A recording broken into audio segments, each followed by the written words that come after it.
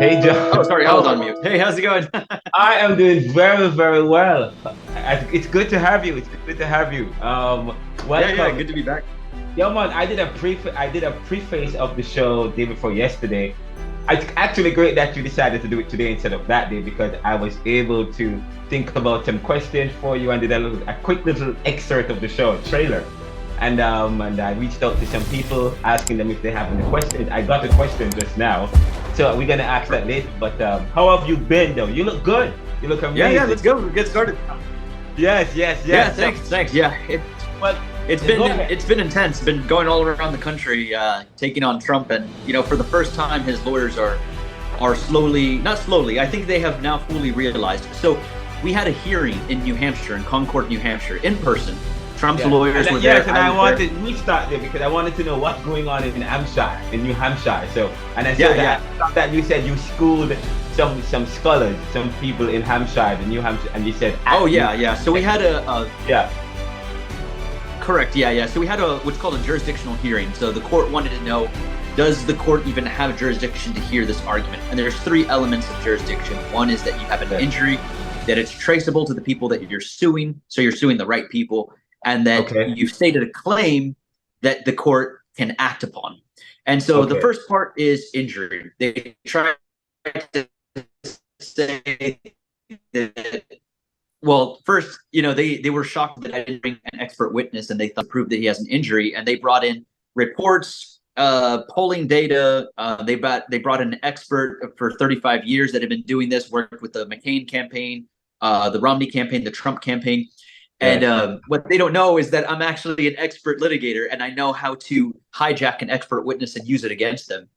So okay, on cross-examination, I basically got the expert witness to admit that my votes would actually go up. Although politically insignificant, my votes would go up if Trump was disqualified and off the ballot. And okay, so I got him to admit on the stand that I in fact had an injury. And the Trump side was absolutely furious that I didn't have to spend any money, do anything, no reports. I just took over their own expert, used it against them.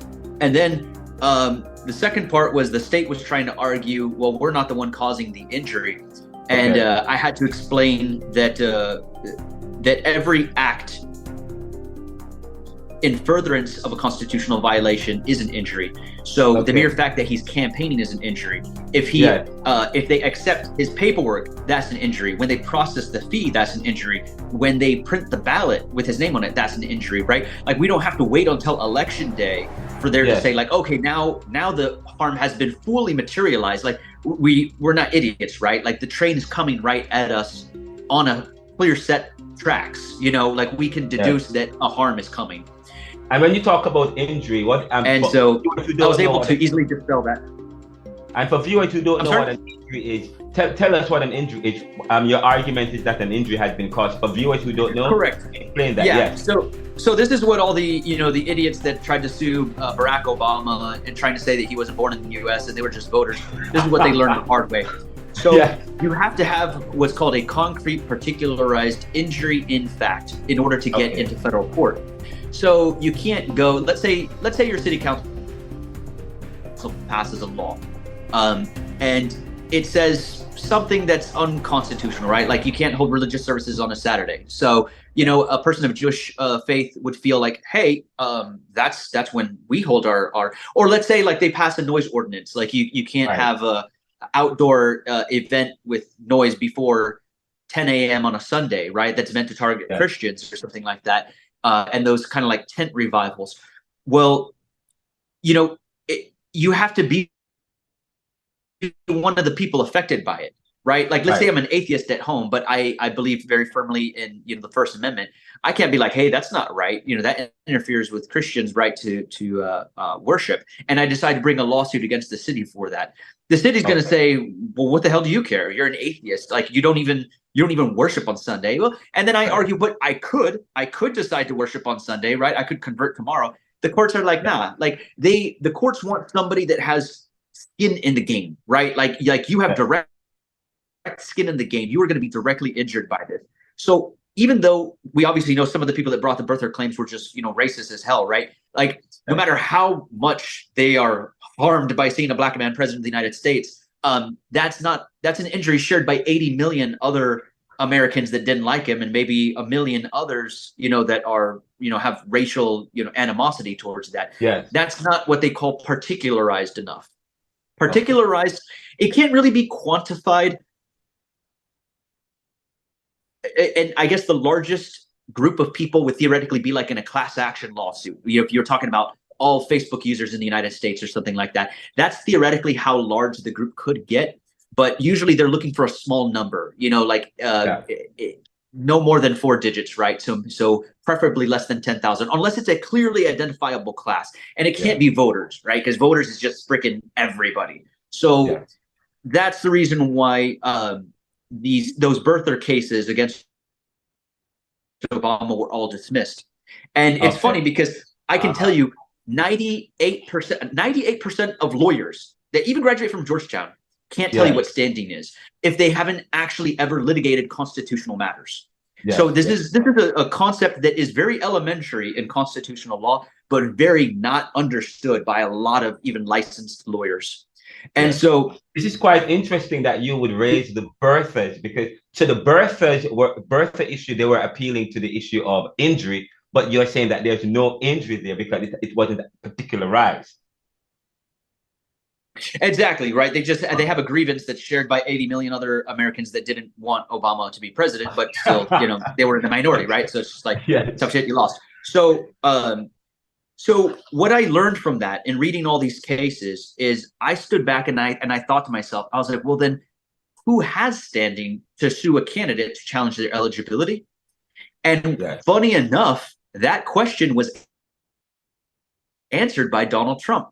Donald Trump, during one of the debates in 2016, told Ted Cruz during a live debate, and it's on YouTube, he told Ted Cruz, you better be careful because my lawyers already told me I have standing to sue you to challenge your eligibility to be on the ballot because you were born in Canada. So even Trump, by his own admission, said his lawyers said, hey, as a fellow primary Republican candidate, I can sue you to challenge your constitutional eligibility.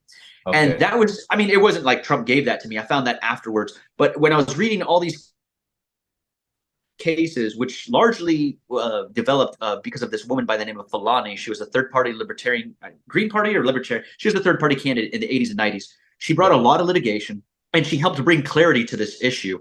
And her cases, coupled with the birther cases, coupled with Trump's statement, came to the conclusion. That's when I was like, oh, okay. So if I am a fellow Republican primary candidate, I would have standing then to sue Trump and enforce Section 3 of the 14th Amendment. And that's what his lawyers are learning the hard way, because I'm kicking their ass in court. And then also the judge is also realizing that as well. So his name is Joseph LaPlante. He was recommended by 2 Democratic senators from the state of New Hampshire and then nominated by President George W. Bush. So he's a very middle of the road guy, very fair-minded. Whether he rules, and I'll tell you the pros and cons of whether he rules for me or against me on the jurisdictional issue. But then Trump's lawyers brought up this thing called the political question doctrine. It's not what it sounds like. It doesn't mean that the court can't answer political questions, right? They take political cases all the time, even gerrymandering and all that stuff. What the political question doctrine means is if an issue has been reserved exclusively to one of the political branches of the government, which is the legislative and executive branch, then the judicial branch, under the separation of powers doctrine, can't second guess that decision. And so that would be like the people speaking and deciding to nominate a candidate, right? So they nominated McCain, even though he was technically born overseas, and there was a question about whether he was automatically a U.S. citizen at the time of his birth or not. They did the same with Obama. But the thing is that when they brought these lawsuits against McCain and Obama, it was after the Republican National Convention and after the Democratic National Convention. And so what the courts effectively said is, look, there's a hidden fourth branch of government here, and that is the people. The people are the ultimate fourth branch of government, and that's another political branch. And when they have decided that they're going to nominate a person, then it is no longer a question for the courts. It's a major political party, and the 2 parties speak for 95% of the American electorate, or let's at least agree to 80% of the American electorate. And that is significant enough that we should defer judgment. And under the Electoral College Act, you could object to the certification of electoral votes based on constitutional eligibility. Now, that was pre-2022. In 2022, Congress, because of Trump's failed coup attempt, changed the Electoral College Act and said, no, you can only object to the certification of votes if there was any actual voting irregularities, but not based on constitutional qualifications or eligibility. So that doctrine arguably doesn't even apply anymore. But for the sake of being conservative, I told the court, let's still operate on the presumption that it would. Even if it does, the Republican National Convention is not till July 14th of 2024. So we got plenty of goddamn time.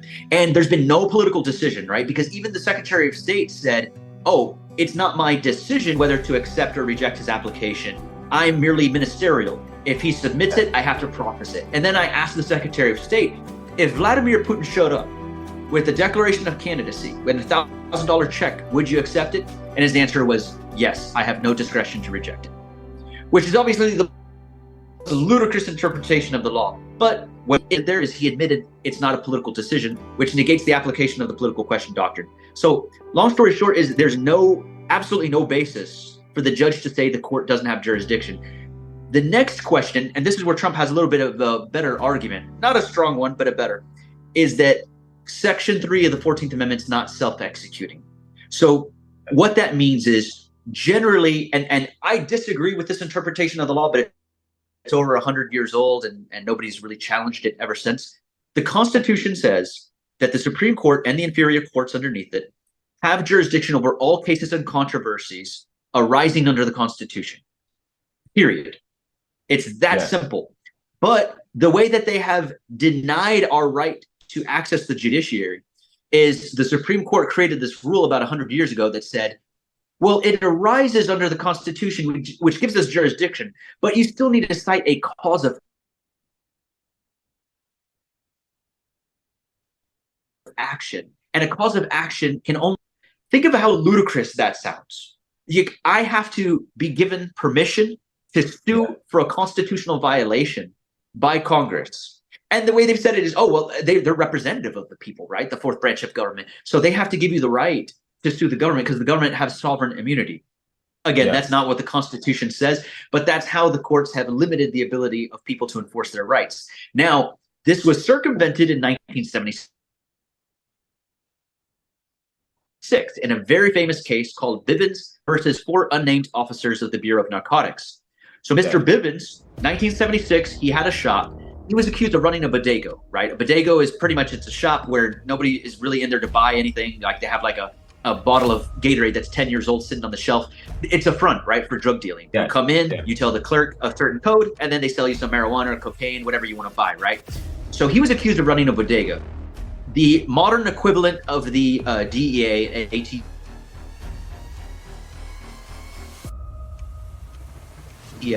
kick in his door and ranting, busting up all the merchandise. In modern day dollars, it was about $75,000 to $100,000 worth of property damage.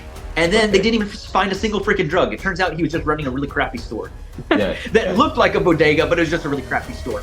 And so he got really pissed off about that, right? And then he said, hey, can I see your name and credentials? And they're like, nah, take a hike, see you later. And they literally just got in their cars and left. So he was sitting there like,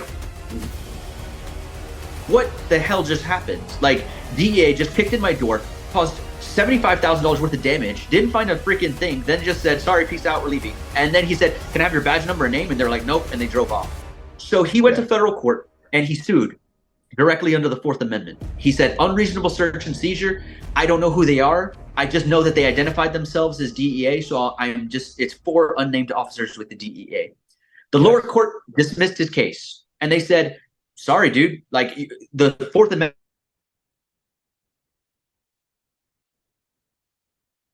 gives us jurisdiction, but Congress never allowed you to sue the DEA to collect damages. And he's just like, are you freaking crazy? Like I don't need Congress to give me that. Our founding fathers and all the revolutionaries that fought in 1776 and died on the field, they're the ones that gave that to me.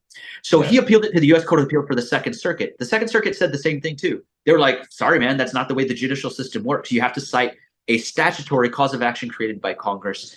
Congress never gave you that. So too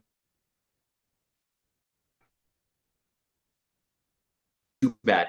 It went to the Supreme Court, and thank God for brain that year. And they took a look at the case, and they said, look, this is pretty messed up. The DEA kicked down Mr. Bivens' door, broke all the crap in the store, $75,000 worth of damage, right? That is the Founding Fathers' definition of unreasonable search and seizure. It wasn't even a proper search. It was literally just busting up everything and then leaving. Yeah. If we don't recognize an implied cause of action arising directly under the Fourth Amendment, it renders the Fourth Amendment meaningless. Then what the hell was the point of the Revolutionary War and all those soldiers giving up their lives and dying and bleeding to death on the battlefield?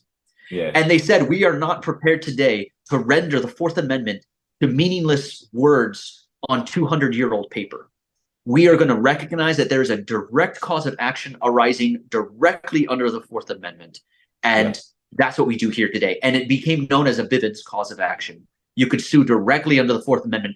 Then other lawyers got creative, and they were like, well, wait a minute. What about the First Amendment, right? Violations of religion or speech. What about, I forgot the amendment. I think it's the Eighth Amendment for the bail, excessive bail and fines and things like that. So people started getting very creative. And just recently, the Supreme Court started scaling back on that. And they're like, okay, you guys are kind of going hog wild with the Bivens stuff. But it's just like, dude, it's not hog wild. It's our goddamn constitutional rights. And you guys just brushing this off as just like sorry. Like, you can only sue the government if you have permission. A legal concept that would make our founding fathers roll in their grave. But I digress on that issue. So that's what my case is about, is can I sue directly under Section 3 of the 14th Amendment, or did the enabling clause in Section 5 of the 14th Amendment, did it apply to Section 3? Now, Chief Justice Salmon P. Chase in 1863, when it was a white man, Jefferson Davis, standing criminal trial, certainly agreed that it was self-executing. At that time, it was Jefferson Davis. He was the main traitor, right? He was the president of the Confederacy. He was standing trial for treason, because he was, and he should have been hung. But he was standing trial for treason, and he came up with a very unique argument. Him and his lawyers said, well, Section 3 of the 14th Amendment is self-executing, which means that it already provides a political punishment for Mr. Davis. He can't hold public office for the rest of his life, right? He's like a second-class citizen. And so to try him criminally for treason,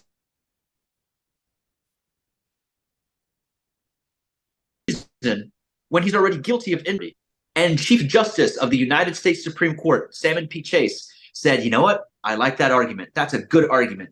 And on that basis, plus a couple of other things that happened, we're going to go ahead and dismiss the criminal charges against Jefferson Davis. Then a couple of years later, there was a black man, and he had been convicted wrongfully, of course, just like almost all black men in the late 1800s. He was wrongfully convicted, and he came up with a very novel argument, the same argument made by the white man, Jefferson Davis, and his white lawyers, and said, hey, the judge in my case, he was a Confederate. He actually fought for the Confederacy, killed Union soldiers on the battlefield. Nobody is more disqualified from holding office.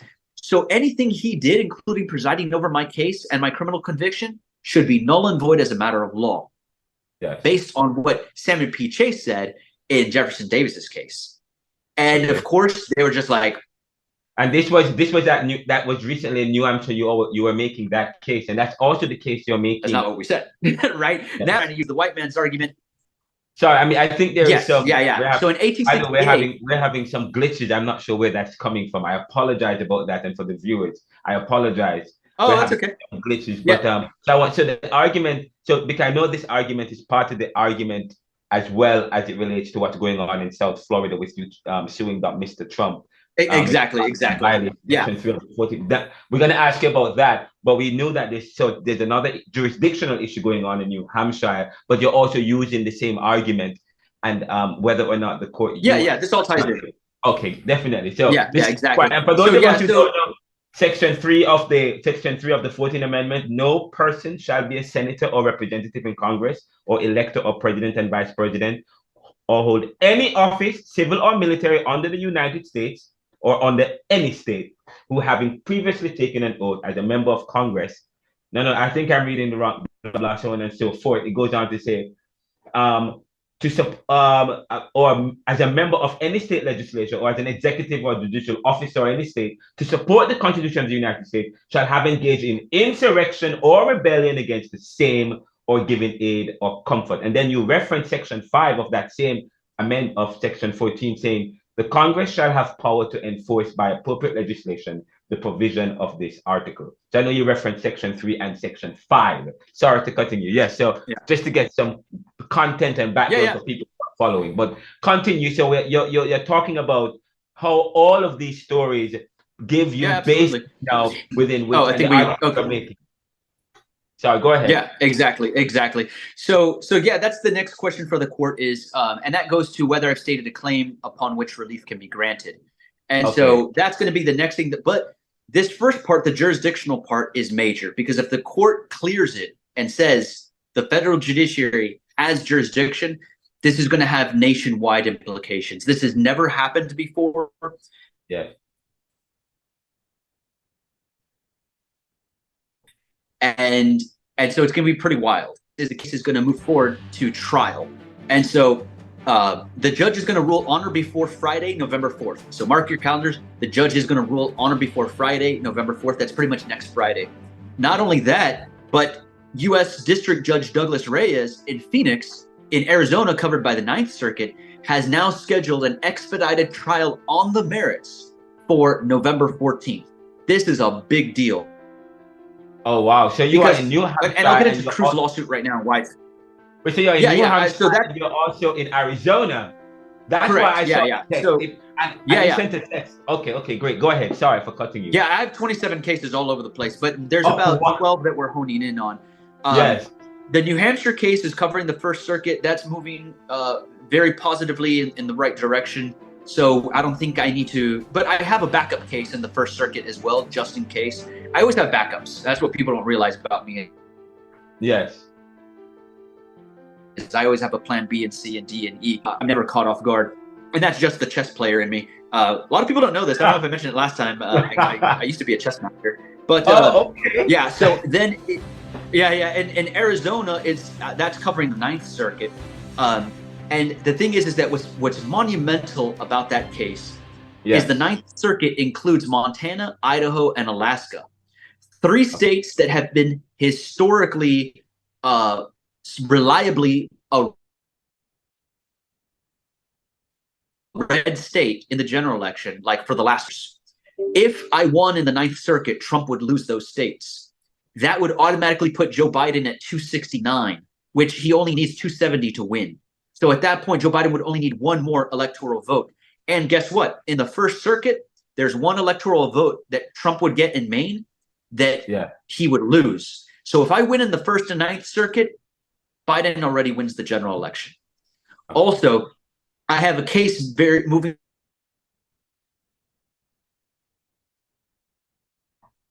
forward very quickly in the Fourth Circuit. And again, if I win the Fourth Circuit, Trump loses North Carolina, South Carolina, and West Virginia.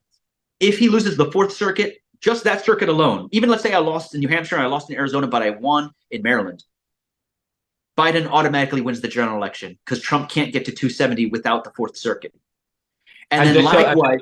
And when we talk about if you win, you're not here talking about the presidential campaign. You're here talking about if you I'm talking win. About the court case. The court cases. So the court cases can affect his ability to, because he won't be able to run in those ballots and in those states, correct?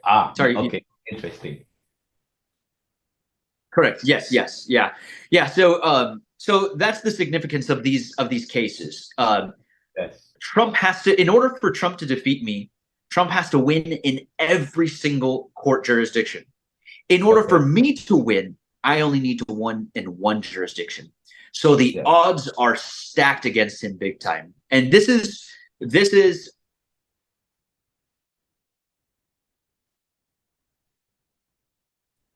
what I like to call, and you can Google the guerrilla warfare. Guerrilla warfare was a concept of warfare where it's a Spanish word. Guerrilla means small. So guerrilla warfare is small warfare, right? It's defeating your enemy through 1,000,000 paper cuts. 1 paper cut does nothing to a giant, but you do 1,000,000 all over the body, and all of a sudden now he's feeling it, right? And that's what happened with Trump. Trump didn't take this serious early on when I started executing the strategy. Yes. In late August, early September, now it's coming to bite him in the ass because now all these cases are moving forward. All the hearings are being set simultaneously. His lawyers are missing deadlines, filing documents in the wrong court. I mean, it's laughable, right? Like I'm looking at what these licensed attorneys that have been practicing for 20 plus years have been doing, and it looks like something I would see from a first-year law student. So I have them on the ropes big time right now, and they're feeling it. Their only saving grace is that in some of these jurisdictions, they're getting clerks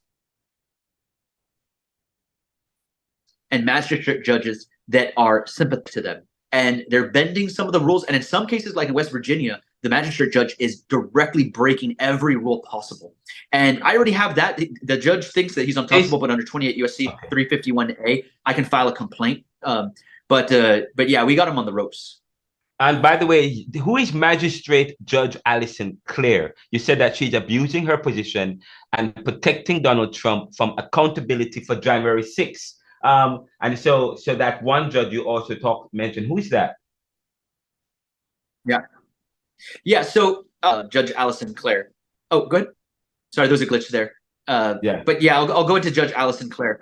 So Judge Alison Clare, let me explain how the federal judicial system works, because if not, the audience won't understand this. So you have your Article III judge that was recommended by the senators, nominated by the president, confirmed by the entire U.S. Senate.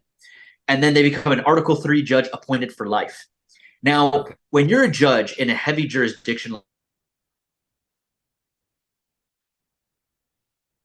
like the Northern District of California, or for that matter, your workload gets really intense. And sometimes there are the early stages of a case that, although are substantive, they're technically procedural. And so what you do is you can hire as an article. Let's say I got appointed an Article III judge. I could hire somebody to be my magistrate judge. And that's literally a job posting, and then I hire them. And now that person, who would normally probably be a law clerk, now they get to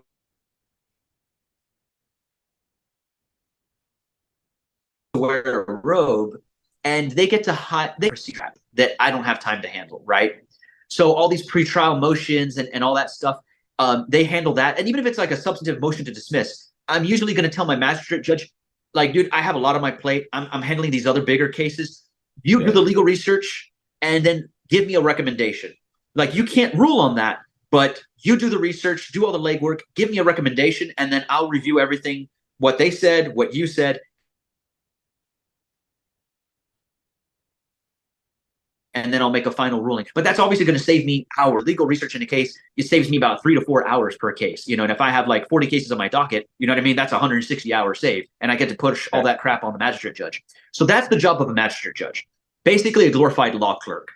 So that is what's supposed to be done. In every case I've ever had in the federal judiciary, the magistrate judge's recommendation is always well thought out, right? Because also you have to remember, as a magistrate judge, now let's reverse roles.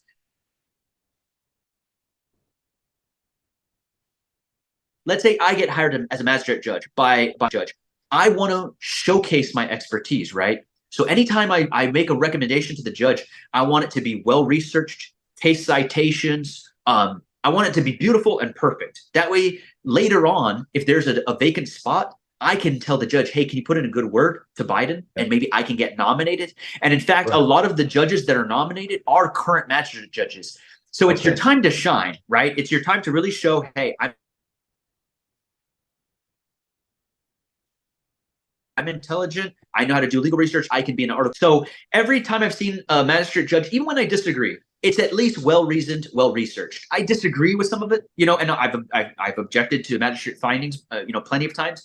And in 2 cases, the judge didn't go with the recommendation. And in 1 case, the magistrate judge was so embarrassed, he withdrew his recommendation and then reversed and recommended that my relief be granted. But in this case, Judge Alison Clare cited 2 cases that had absolutely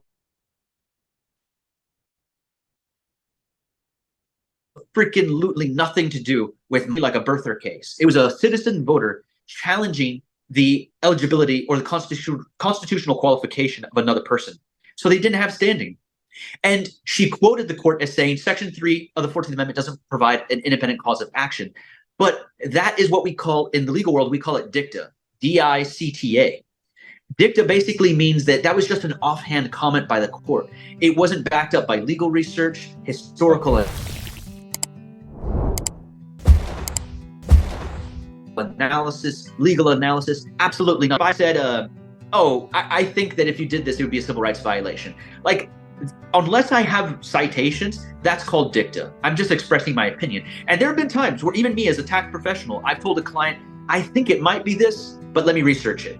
And then I research it, and then I call them back. I'm like, oh crap, never mind, I was wrong. Like, I actually found a case that specifically said you can't do that. So in other words, that's why you can't rely on dicta, because dicta is just an offhand comment that's not backed up by substantive legal research.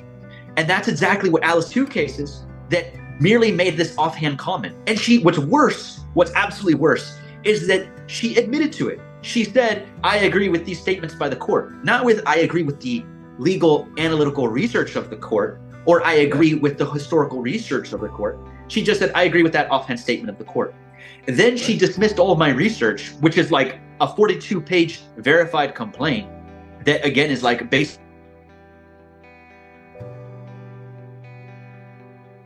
on scholarly legal research, thoroughly Jefferson Davis, a lot of different cases analyzing the self-executing nature of Section 3 of the 14th Amendment. And she dismissed that as like, oh, he gave us like a history lesson on Section 3. And I'm like, what? Like, I was like, what do you think legal research is? I was just about to say that law is a lot of precedent. Yes. Yeah, like legal research literally is the study of legal history, case law. I'm not just telling you stuff. And even if I was talking about, the way the senators and congressmen deliberated the enactment of Section 3 of the 14th Amendment, that's relevant because that goes to the legislative history and the intent of the framers. So again, I can tell when somebody is against me, but intellectually against, right? And I like that. I have respect for that. If you like Trump's best legal argument, I'll give it to him here because I'll still, wipe the floor with his face or wipe the whatever.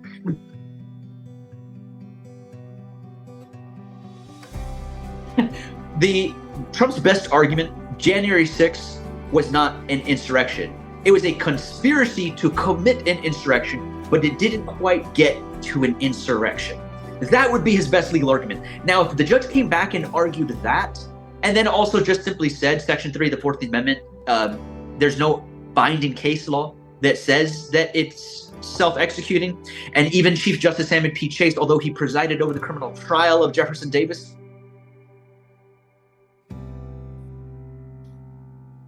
it was still considered a lower court case. It's not binding upon this court.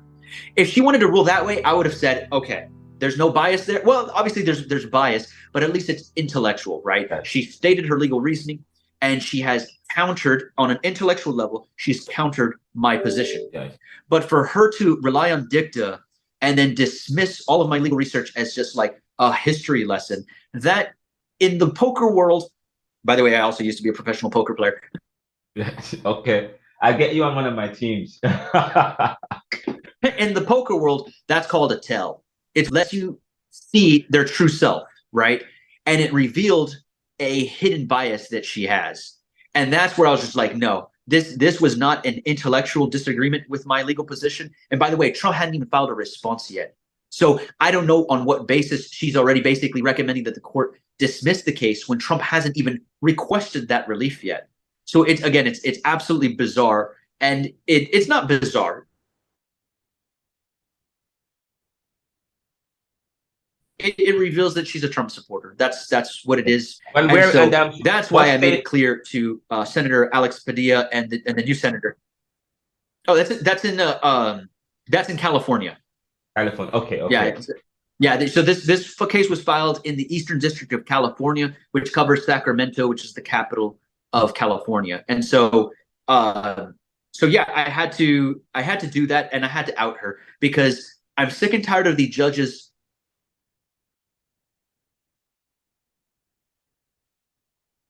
flying under the radar, right? We never hear of the nation, and when somebody does catch on to it, they don't out them. And I'm done with that. If I sense that they are a Trump sycophant, I'm going to out them and I'm going to make sure I end their freaking career. And now Judge Alison Clare, I guarantee you her career is over. If her name ever gets to the Senate Judiciary Committee, I will personally invest $1 million of my own money to sink her nomination. So I can say definitively right now, her career is over. And let me ask you a question as it relates to, I know you talked about Judge She did not challenge me on an intellectual level. Again, she was relying on dicta and she was doing Trump's job. So she's not being a neutral arbiter. She's being Trump's lawyer right now.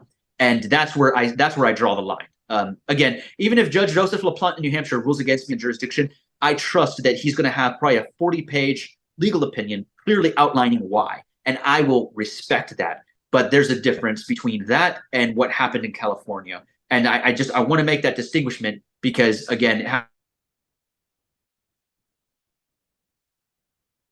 has to do with the good faith nature that I'm approaching this. They are, gods in black robes that can't be politically attacked and challenged. And they're absolutely wrong, which is Judge Alison Clare is going to learn that the hard way. But yeah, I decided that the gloves are coming off for this.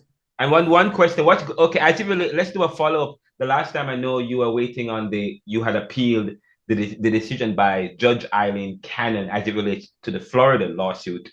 And but she had dismissed your case on a one-liner saying you lack standing, and you took the course and you took to the 11th Circuit District Court asking for them to make a ruling on the claim and to overrule Judge Cannon's ruling as it relates to the issue of standing. And one of the things you also said one of the arguments that that Trump team will have is that if you take it to the Supreme Court or file an appeal, you said that they would argue that you don't appear on any state ballot, but you while you are filed with the FEC, you do not appear on any state ballot. But so I want to know what's the update as it relates to the 11th Circuit District Court, and whether or not you are on any state ballot. I believe you may be on some, but what's the update on that? Yeah, so that I believe yesterday was the 31st day that the case has been officially fully briefed and pending before the 11th Circuit, and they still haven't ruled. So what happened is Judge Cannon dismissed it. Wow. Sorry. Yeah, they haven't ruled. Yes. Yeah. So I mean, unfortunately, but yeah. So Judge Cannon dismissed the case. I did a dual appeal. I appealed to the 11th Circuit, but then I did a Rule 11 emergency appeal to the Supreme Court.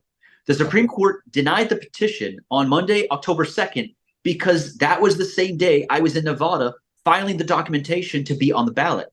So this is what everybody got wrong, right? And Trump started doing victory laps, basically being like, "Oh, the Supreme Court said that I could be on the ballot." Dude, that's not what they said. All they said was that they didn't need to voice an opinion on standing because I was already on the ballot.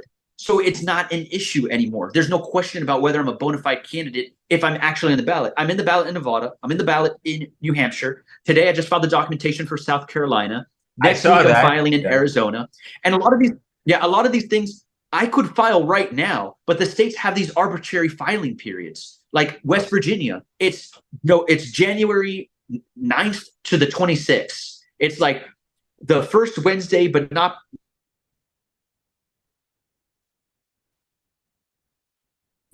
later than the last Saturday of January. It's rules, which, by the way, I'm challenging that under the Equal Protection Clause in South Carolina, but I don't want to get distracted. But the point is that they have all these weird arbitrary filing periods, and I would already be on the ballot of every damn state in the country if it wasn't for all these weird, and inconsistent rules across all 50 states. But I'm going to change that because I am bringing a equal protection case in South Carolina to specifically challenge that.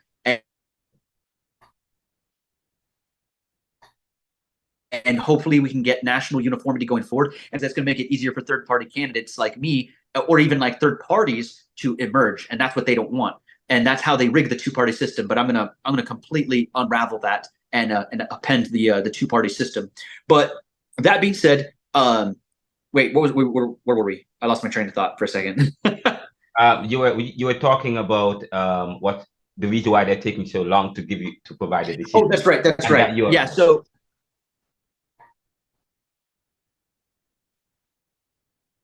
So yeah, on October 2nd, the Supreme Court basically said, you have standing, right? Like you're a candidate now. There's no question about it. So we don't need to get into this.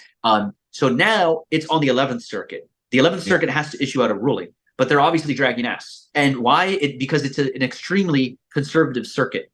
And they're probably seeing that there's an opportunity right now. They know that I am going for the 1st, 9th, 10th, and 4th circuits that are very liberal. So they're most likely trying to craft an opinion right now to try to get to the merits. But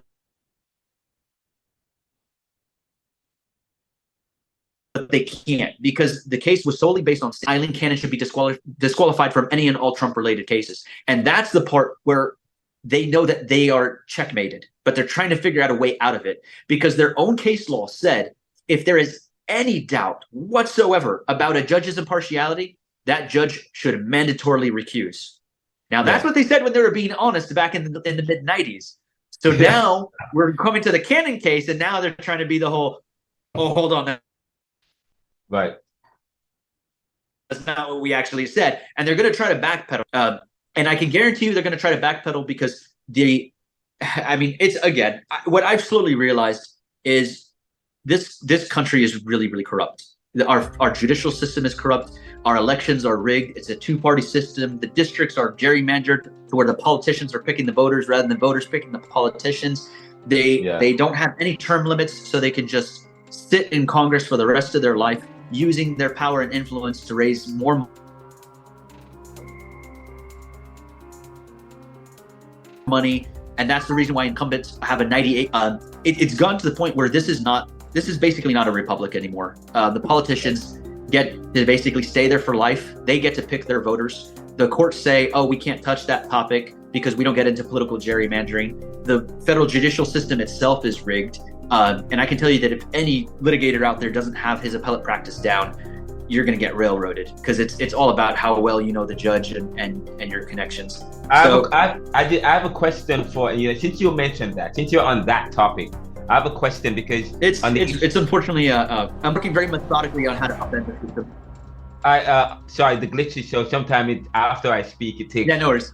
5 seconds. So sorry, but there are two questions I have. One from someone who had tweeted you on the issue of lifetime appointments, and since you just mentioned it, so you said that the Democratic senators are introducing a bill to establish Supreme Court term limits. And you said that you like that, but it is unconstitutional because the Constitution provides for lifetime appointment. But what was the caveat? Good behavior. And you're talking about and I said yesterday, it's easy to get around good behavior. I mean, you talk about the issue of corruption, but Vince Gattaro replied to you saying, we should add an amendment to include term limits. And then you responded by saying, it is insanely difficult to do so. So my question is, why are they so insanely difficult to do so? And what recommendation you have for the Democrats who are introducing this bill? Should it not be from the constitutional level or instead of the legislature? Yeah, so constitutional amendments are incredibly difficult, right? There was the Equal Rights Amendment, which simply wanted to grant equal rights to women, and that couldn't even get ratified. You have to have 2/3 of all the state legislatures ratify it, and then you have to have Congress involved as well. And nowadays, you can't get anybody to agree to anything, pretty much. So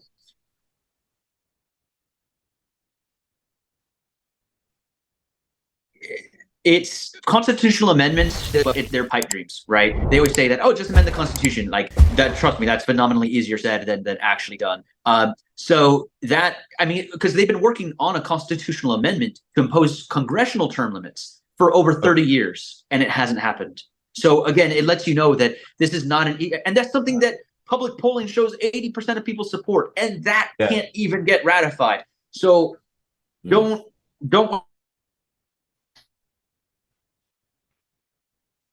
waste time with constitution. This is something that both Republicans and Democrats universally agree on. That is the only time you're going to see a constitutional amendment, I guarantee you. And so what you want to do here, and right now conservatives have the Supreme Court, right? So why would they want to add anything that tries to regulate them? They're going to be like, hell no, guys. Like, we dealt with a liberal Supreme Court for like 3 decades. Now it's time you guys feel the pain, right? So forget it, right? Republican-controlled state legislatures, never. It's never going to happen. It's a pipe dream. Let it go. So That being said, it's better to hang our hat on the term good behavior. So in the Constitution, they have different standards for impeachment. When they talk about impeaching the president or congressmen or senators or judges, it says, no, I'm sorry, not judges, just members of the executive and legislative. If you're going to impeach them, it says it has to be for high crimes and misdemeanors. Now,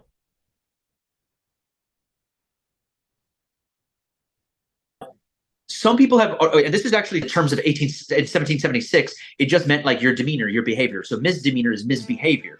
So they were saying, well, maybe misdemeanor and bad and good behavior, they were kind of synonymous with each other. I don't know about that. But we have to assume that if the framers of the Constitution used different terminology, it meant something. So again, for congressmen, senators, the president, it is high crimes and misdemeanors. But when it came to judges, they said they will hold their office during good behavior. That was different, right? And so what that meant, and what the framers, and when you study the history and the Federalist Papers and all that stuff, what it slowly reveals is they wanted a lower standard, or I'm sorry, a higher standard for judges, right? Like for members of Congress and senators, like, hey, like no high crimes and misdemeanors, right? But for judges, it's like anything that would be considered bad behavior, right? Because you're supposed to be an impartial, nonpartisan, representative branch. So if you do anything that's remotely bad behavior, that should be grounds for removal. But here's the thing. They never established a procedure for removing judges. Everybody just assumed, well, the impeachment is how you remove them, right? You impeach them. But the impeachment requires, again, high crimes and misdemeanors. It's different in the other section. It says bad behavior or good behavior or lack of good behavior. So theoretically,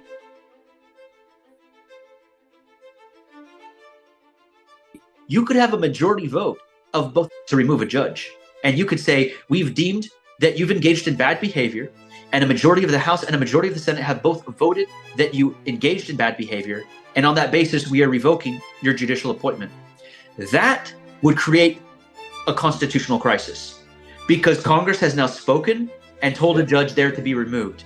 Now, the judge could clearly disagree and say, well, I disagree. And it's the province of the judiciary to say what the law is, and I think that your constitutional interpretation is. I can tell you the judiciary doesn't have guards. And so Congress controls the military. So there is a way. Now, and the reason why I'm willing to take a hostile approach to that is because you have Supreme Court Associate Justices like Samuel Alito saying publicly that the people of the United States and the legislative branch in Congress have no power to regulate the Supreme Court. And that pisses me off to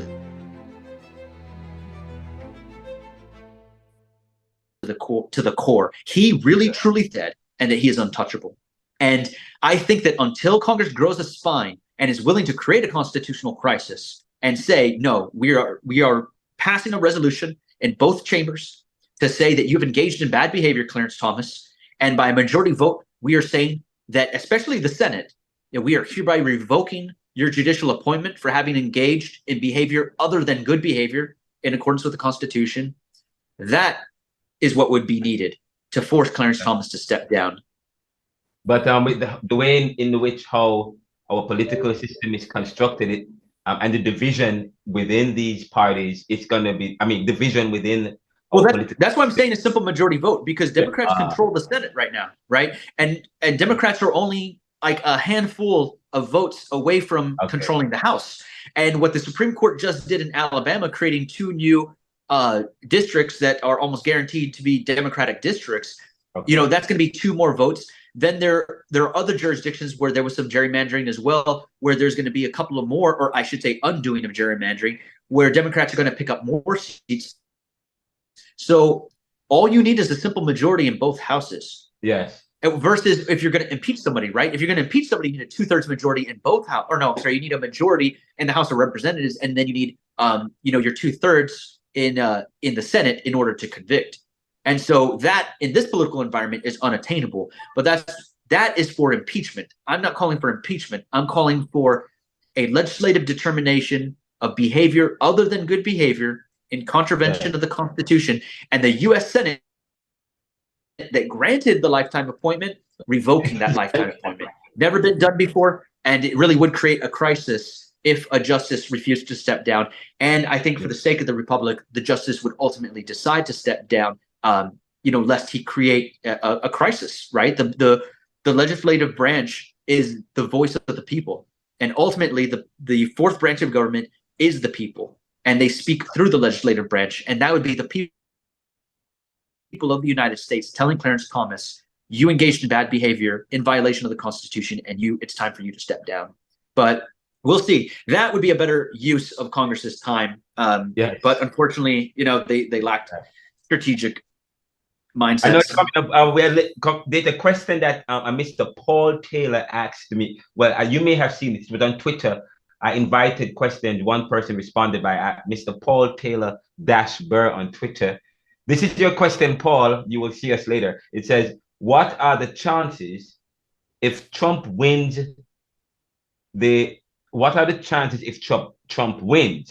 and the Republicans overturning the two-term, and he says only from 1951, as I read it, they'd need a 3 out of 4 of states to approve the 22nd, and he put the 22nd Amendment. Any response to that? Yeah. What are the chances if Trump wins? Yeah, zero. It's like I said before, changing the U.S. Constitution is incredibly difficult. And there's ways that states can, even if Democrats were in the minority in a particular state, there's ways that they can prevent the state legislature from ratifying a constitutional amendment. So they can't undo a constitutional amendment. You have to pass a new constitutional amendment, basically saying, reversing the old one. And it has to say like, oh, there are no term limits for the presidency of the United States. And I can just tell you that the vast majority of the Republican Party itself doesn't support that. That is just Trump and the little MAGA 15 to 20% bloc that support that. 80% plus of American citizens do not support that. So I would say that the chances are less than 0.0001%. For example, like in the Texas legislature where I live, one time when Republicans were trying to push something really aggressive, Democrats decided to stage a walkout so that they wouldn't have the quorum necessary to actually hold a legislative session. So there are ways that the minority can fight back to prevent, one-party domination. So no, I would chalk that up as liberal hysteria. It won't happen. So don't worry about that. I have another question. Some time ago, you said that you weren't being covered. You weren't being covered when you had filed this lawsuit. And one of the reasons you said is mainstream media is not covering you because the liberals and the mainstream media, the Democrats, they want Donald Trump to win because they think he may fail. And you had sounded the alarm bells from back then saying that is a bad strategy. It seems as if it is becoming a bad strategy. Donald Trump continues to continue to grow. Support for him around the country continues to grow.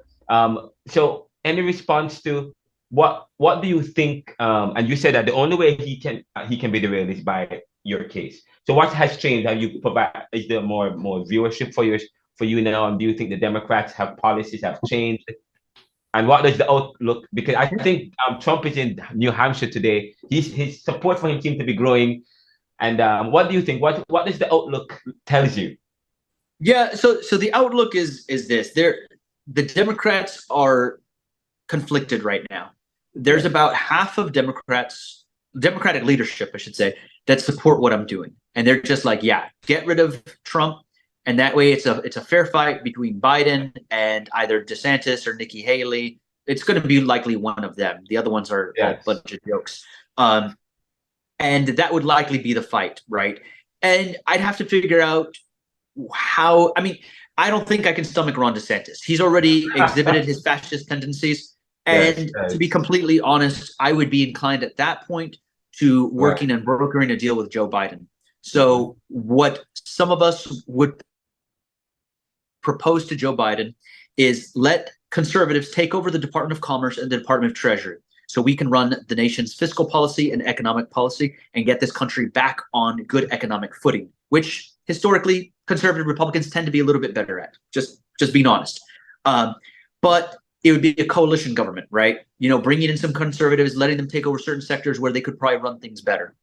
And that would guarantee Joe Biden's reelection. But at least with a coalition government where conservatives have a bigger say in what's happening with the nation's economic and monetary policies. The other option, we'd have to see how things play out. But I can tell you right now, if it's Trump, I'm most likely going to start the Biden Republicans group, and I'm going to attend the Democratic National Convention and publicly endorse Joe Biden for re-election and broker a deal with him. If it's DeSantis, I'd say I'm still 70-30 in favor of siding with Biden and trying to create that coalition government. If they're even open to that. If they say no, then I have to reassess at that point. Because all I care about is making sure our country's economy, that's my main thing, is making sure our country's economy gets back in order, right? Groceries are expensive, gas is expensive, life is becoming harder, and it's because they have ass backward policies. But I want to help them, right? I'm not just trying to crap on Joe Biden. I'm saying, hey, things aren't going well. You need other opinions in the room. All you're getting is liberal opinions, and conservatives, we have business background. We have financial backgrounds. We have a lot to contribute. Let's put our minds together and let's improve the nation's economy. And I'm even, again, willing to publicly endorse them to make sure that we can do that. If it's somebody else, and that's the reason they're open to like Nikki Haley. But to be honest, I really don't see the Republican Party unifying behind Nikki Haley because they don't want to admit it, but they are the party of the Christian faith, and she is not a Christian. And there would be a lot of rural America that would simply not be able to stomach getting behind Nikki Haley because of that. And that's something that nobody wants to say out loud and admit, but it's freaking true. So at the end of the day, as much as they hate it, they're stuck with Ron DeSantis, Mr. Princess Pudding Fingers and his white boots. And like I said, I can't stand him. And so we have to see. But I can tell you that I'm going to be in as many ballots as I can. I'm probably going to be polling at around 5 to 7%. And that's going to be the results in all the states, right? So while the primaries are happening, everybody's going to be laughing at me because they're like, oh, he's getting 5 to 7% in every state. They're going to be laughing. That's perfectly fine. 5 to 7% means nothing in a primary. But in a general election, 5 to 7% becomes very relevant, right? Yes. Wisconsin turned on 2.1%, Michigan 1.9%, Arizona 2.3%, Georgia 1.8%. All of a sudden, the guy that controls 5% of moderate Republicans, what I say and what I do and what my group does matters. So I'm going to control who becomes the next president of the United States. And that's quite interesting. We're coming up on the 1 hour mark. We don't want to be too long. I have a couple more questions for you. Say, for example, I have a question as it relates to the last time we had a discussion, we talked about the domestic supply of energy. And fast forward, we see what's going on in the Middle East today. And Biden just recently announced that he's requesting $105 billion be sent to aid in terms of Israel and Ukraine. What is your take on that? Do you think that we should, and not only that, we just gave Iran about $6 billion? What's your point? Do you think we should have given them the $6 billion in exchange for the hostages? And do you support President Biden and request of this $105 billion to help Ukraine? And what's your response in relation to what as it relates to domestic supply of energy? Because you also said that our involvement in the world stems from our strategic positioning as it relates to this oil. We solve the domestic supply of oil, we wouldn't be involved. So based on that and all that's happening, what's your response? How would you get it? How would you respond? Yeah, so it hurts, right, to see $105 billion go out when Americans are struggling here. But we cannot forget, like the Roman Empire, they forgot and they eventually collapsed. We cannot forget our role in the world. And yes, it sucks, but sometimes it just comes with the territory. We are the global superpower. We have to be involved. We have to. And right now with Putin and his empirical ambitions, we have to put a stop to it. And this is our one and only chance to have a proxy war with Putin's evil empire. And I am 100% for it. Again, I know that now is not the best timing, but appeasement only makes the aggressor more aggressive. We learned this. This was a rule of international law developed after Hitler, right? We let him take Czechoslovakia, and then we turned a blind eye to other territorial claims. And when you feed that beast, it wants more, and it's going to keep going after more. And we have to put our foot down. And yes, it sucks that it happened right around COVID, and we're having all this economic turmoil here. But don't worry, it is money well spent and put on the national credit card. And I am not I'm a deficit hawk. I want to aggressively go after national debt.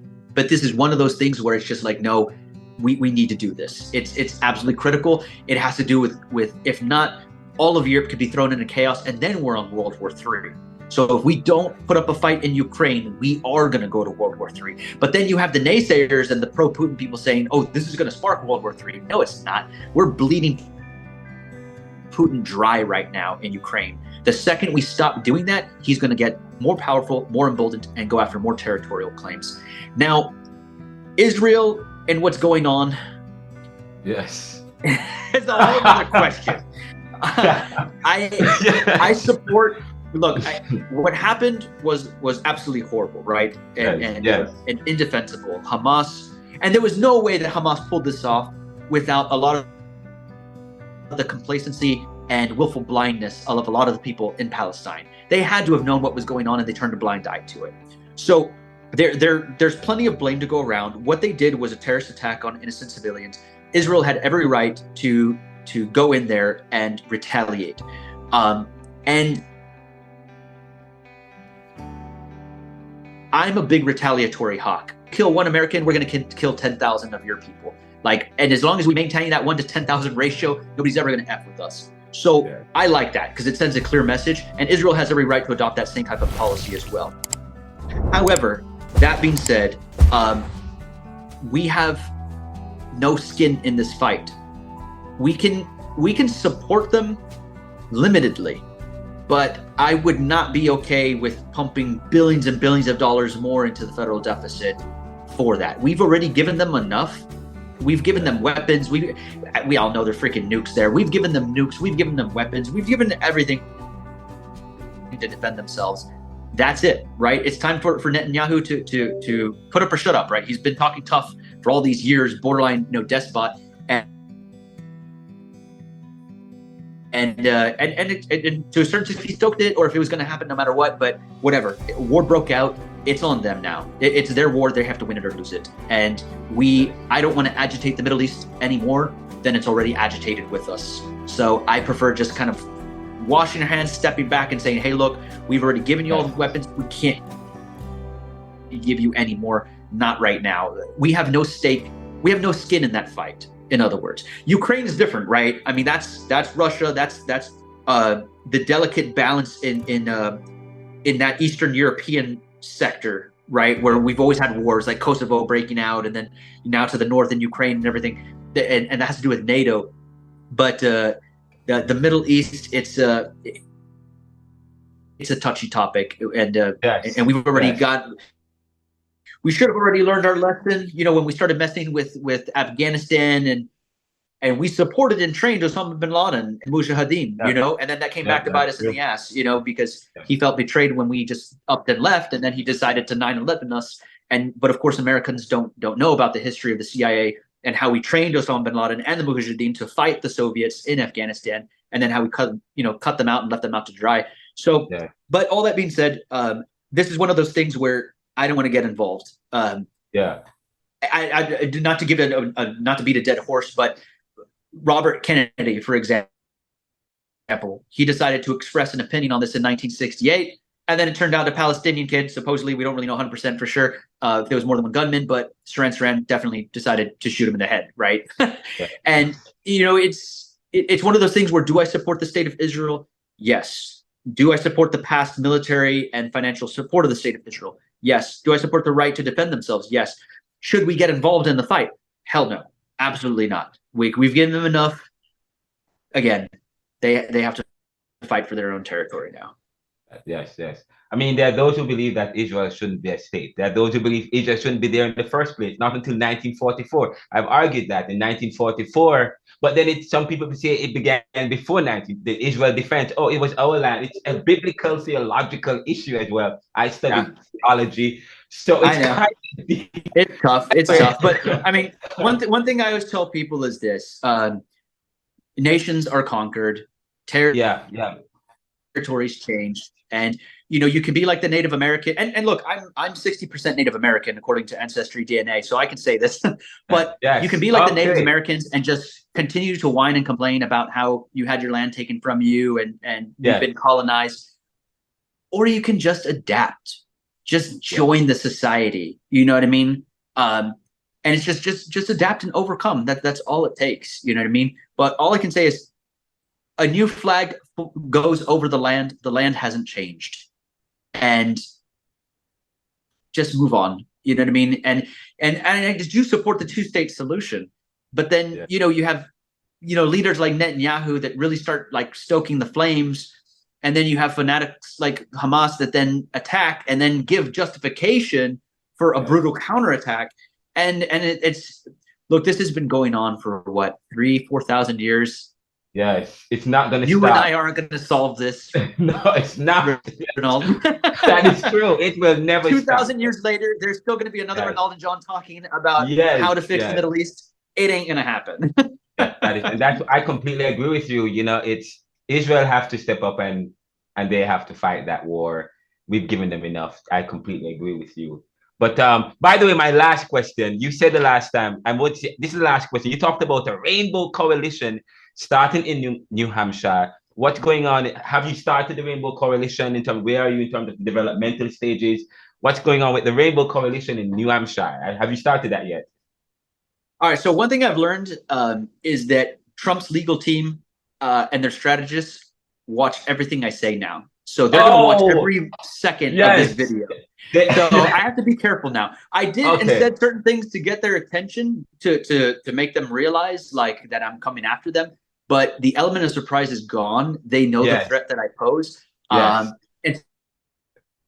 so now I'm staying very tight-lipped about some of the critical strategies. But I can tell you that they're already going to know what you're referring to, and they're aware of it already. But I can tell you that everybody is going to be shocked and surprised on Election Day in New Hampshire at how well I perform. And I'll leave it at that. But there's a surprise brewing behind the scenes that they are still unaware of, and they're gonna watch this video and start digging more and trying to figure it out. But they're not. They're not. They're gonna find out the hard way why I was the chess master when I was younger.